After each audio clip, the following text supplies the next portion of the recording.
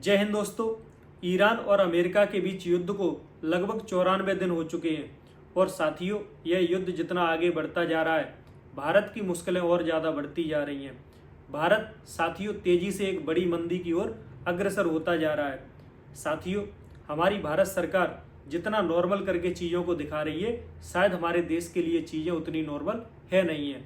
इस calendar year में हमें दोस्तों ये हो सकता है देखने को मिले कि हमें आने वाले समय में बहुत बड़ी मंदी का सामना करना पड़े। साथियों प्रधानमंत्री मोदी ने देश की जनता से ये आह्वान भी किया है कि हम सोना कम से कम खरीदें, हम विदेशी यात्राओं को अवॉइड करें। साथियों यह जो अपील प्रधानमंत्री के द्वारा की गई है यह इसीलिए की गई है क्योंकि हमारा फॉरेक्स रिजर्व बहुत तेज़ी से कम हो रहा है, हमारा डॉलर भंडार बहुत ही तेज़ी से कम हो रहा है। ऐसी स्थिति में साथियों हमारा रुपया बहुत ज़्यादा कमज़ोर हो रहा है।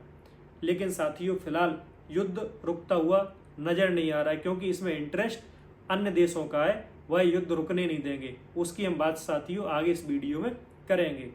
फिलहाल साथियों बात कर रहे हैं कि यदि यह युद्ध नहीं रुका तो दोस्तों भारत को बड़ी मुश्किलों का सामना इसलिए करना पड़ेगा क्योंकि जो डीजल है, जो पेट्रोल है, जो फर्टिलाइजर्स है, जो एलपीजी है, सारा का सारा सामान हम जो है विदेशों से खरीदते हैं, यानी कि मिडिल ईस्ट के देशों से स्पेशली खरीदते हैं।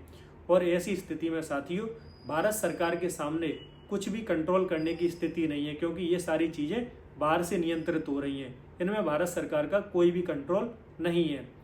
साथियों जैसा कि आपको पता होगा यदि पेट्रोल डीजल महंगा होगा तो साथियों ट्रांसपोर्ट बढ़ेगा, मैन्युफैक्चरिंग बढ़ेगी।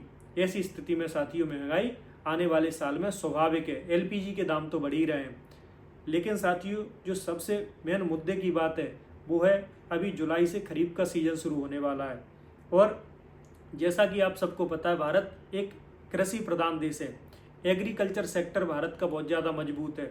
ऐसी स्थिति में साथियों किसानों तक फर्टिलाइजर्स की आपूर्ति, खाद की आपूर्ति होना बहुत ही मुश्किल है क्योंकि जो हम फर्टिलाइजर्स खरीदते हैं, जो खाद खरीदते हैं उसका 90% केवल मिडिल ईस्ट के देशों से आता है, 90%। अब साथियों ऐसी स्थिति में यदि युद्ध चलता रहा तो जाहिर सी बात है कि यह आपूर्ति जो है अवरुद्ध होगी और यदि खाद की आपूर्ति अवरुद्ध होगी या इसके दाम हमें महंगे मिलेंगे तो किसानों को परेशानी आएगी। डीजल तो पहले से महंगा है तो ट्रैक्टर खेत में कहाँ से चलेगा।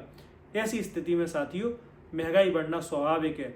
इसका कारण है क्योंकि जब खाद हमें कम मिलेगा, हमें फर्टिलाइजर्स कम मिलेंगे तो जाहिर सी बात है कि कृषि का रकबा बहुत कम होगा, हमारी उत्पादन क्षमता कम होगी, चाहे वो गेहूँ हो, सरसों हो, ज्वार हो, बाजरा हो, चावल हो। साथियों सभी चीज़ें जो है उनका उत्पादन का रकबा बहुत ही ज़्यादा कम होगा। जो बड़े बड़े इकोनॉमिस्ट हैं, बड़े बड़े अर्थशास्त्री हैं देश के, वह इस बात का दावा कर रहे हैं कि आने वाले समय में, आने वाले खरीफ सीजन में यदि युद्ध जारी रहा तो 30 से 40% हमारी पैदावार कम हो जाएगी। 40% एक बड़ा आंकड़ा है। ऐसी स्थिति में साथियों यह जो महंगाई है वह आपके सीधे किचन तक जो है अटैक करेगी और इसी महंगाई को इकोनॉमिक्स के टर्म्स में हाउस होल्ड इन्फ्लेमेशन कहा जाता है।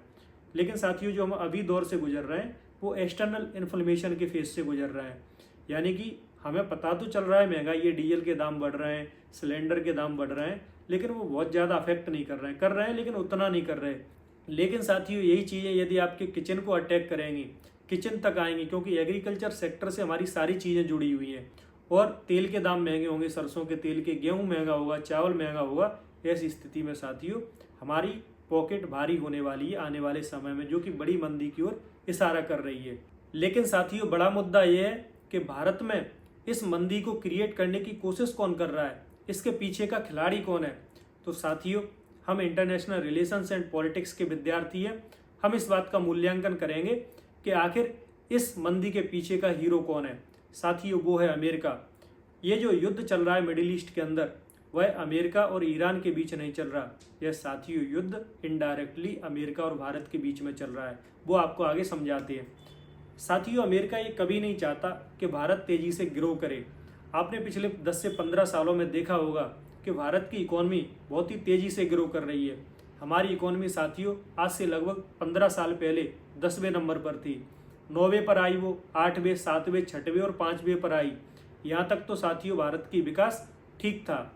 लेकिन साथियों जैसे ही हम चौथे और तीसरे नंबर पर पहुंचे, यानी कि हमने जर्मनी और जापान को पीछे छोड़ दिया जो कि दुनिया के बड़े मैन्युफैक्चरिंग हब हैं, जिनमें मर्सिडीज, BMW जैसी कंपनियां हैं, टोयोटा जैसी कंपनियां हैं। साथियों, जब हमने उन देशों को पीछे छोड़ दिया तो अमेरिका और चाइना के सिर में दर्द होने लगा। और कहीं ना कहीं इस युद्ध को करवाने में चाइना का भी मौन समर्थन प्राप्त है। चाइना भी चाहता है कि भारत को जो है ऊर्जा की आपूर्ति मुश्किल हो, डीजल पेट्रोल की आपूर्ति मुश्किल हो, LPG की आपूर्ति मुश्किल हो, ताकि साथियों भारत की जो विकास दर है वह कम की जा सके। इसी के पीछे अमेरिका पड़ा हुआ है। लेकिन साथियों, हमें ये नहीं भूलना चाहिए, भारत के फंडामेंटल्स बहुत स्ट्रांग हैं। भारत एक कृषि प्रधान देश है। दोस्तों, हमने बड़ी बड़ी मंदियां देखी हैं। 1999 से लेकर 2002 की हमने बड़ी मंदी देखी, जो वैश्विक मंदी थी, जिसमें साथियों ईस्ट एशिया के लगभग सभी देश ध्वस्त हो गए, चाहे वो फिलीपींस हो, इंडोनेशिया हो, थाईलैंड हो। लेकिन साथियों, हम खड़े रहे। भले ही अटल बिहारी वाजपेयी की सरकार उस मंदी की वजह से चली गई, लेकिन हम फिर भी मजबूती के साथ खड़े रहे। 2008 की मंदी साथियों, जिसमें पूरा विश्व लगभग तबासा हो गया, हमको वो मंदी छू भी ना सकी। कोविड में साथियों, जो अनुमान विकास दर का हमारा आंका गया था वो 7 से 8% का था, लेकिन हमने विकास दर हासिल की कोरोना में, वो की थी 2 से 3%। लेकिन फिर भी साथियों, GDP हमारी इतनी ज़्यादा इफेक्ट हुई, उसके बावजूद भी हम उठकर दोबारा से खड़े हो गए। ये जो साथियों हमें उठकर खड़े होने की क्षमता देता है, वो साथियों हमारा एग्रीकल्चर सेक्टर का मजबूत होना ही देता है। लेकिन हाँ, ये बात सही है कि यदि मिडिल ईस्ट में चीज़ें बढ़ेंगी, दाम बढ़ेंगे, तो भारत की इकोनॉमी पर मल्टी लेवल इम्पैक्ट पड़ना तय है। लेकिन उसके बावजूद भी भारत में फिर से उठने की कला है। कला इसलिए क्योंकि हमारा कृषि सेक्टर बहुत ज़्यादा मजबूत है। हम एक कृषि प्रधान देश हैं। और साथियों, अमेरिका ये चाहता भी था। अभी आपने पिछले समय देखा भी होगा, अमेरिका ने बड़ी कोशिश की कि भारत डेयरी और एग्रीकल्चर सेक्टर उसके लिए खोल दे, अमेरिका के लिए खोल दे। लेकिन भारत इसको टच किसी को, बाहरी शक्ति को करने नहीं देना चाहता, क्योंकि हम इसी की मजबूती से जो है दोबारा उभर कर खड़े होंगे। लेकिन साथियों, हमें ये भी नहीं भूलना चाहिए, इस पूरी प्रक्रिया में हमारी भारत सरकार ने भी बड़ी मात खाई है। जो भारत सरकार पिछले 10 से 12 सालों में एक के बाद एक सफल विदेश नीति का परिचय दे रही थी, साथियों हमारी विदेश नीति कहीं ना कहीं डगमगाई है। हम जो रूस से तेल खरीद रहे थे, वो 30 से 40 डॉलर प्रति बैरल खरीद रहे थे, और अमेरिका के कहने पर साथियों हमने रूस से तेल खरीदना बंद कर दिया। और अमेरिका तो धोखेबाज है ही है, उसने हमें फिर से एक बार धोखा दिया। और आज हम जो विश्व मार्केट से, इंटरनेशनल मार्केट से जो तेल खरीद रहे हैं साथियों, वो 100 से 110 डॉलर प्रति बैरल जो है तेल खरीद रहे हैं। साथियों, इतना महंगा तेल खरीद रहे हैं। आखिर यह हमारी सरकार की बड़ी गलती थी, हमें रूस से तेल लेना कंटिन्यू रखना चाहिए था। इसी के साथ साथियों, विदेश नीति में हमसे एक बड़ी चूक और हुई। दोस्तों, जब ये इजराइल और ईरान के बीच युद्ध हुआ था, उससे जस्ट एक दिन पहले अमेरिका के कहने पर प्रधानमंत्री मोदी जो इजराइल की यात्रा कर रहे थे। हमारे ईरान से पहले से बहुत अच्छे रिलेशंस थे, लेकिन साथियों तब ईरान को ये लगा कहीं ना कहीं कि भारत ने जो है हाथ मिला लिया इजराइल के साथ, और उसी के अगले दिन अटैक हुआ था। ऐसे में साथियों फिर भी ईरान ने हमारी मदद की है और हमारे तेल टैंकरों को स्टेट ऑफ हार्मोज से वह सकुशल निकलने दे रहा है। लेकिन ऐसी स्थितियां जो छोटी छोटी क्रिएट होती हैं, उससे साथियों हमारी डिप्लोमेसी और विदेश नीति में बहुत ज़्यादा अंतर आता है। भारत सरकार को इन चीज़ों को ख्याल रखने की बहुत ज़्यादा आवश्यकता है कि किस तरीके से हमें अपनी फंडामेंटल्स क्लियर रखने हैं और विदेश नीति को किस तरीके से सजा कर रखना है। नहीं तो साथियों बड़ी समस्याएं भारत के सामने उत्पन्न हो सकती हैं। फिलहाल साथियों हमने आपको बताया किस तरह भारत एक बड़ी मंदी की ओर जा सकता है।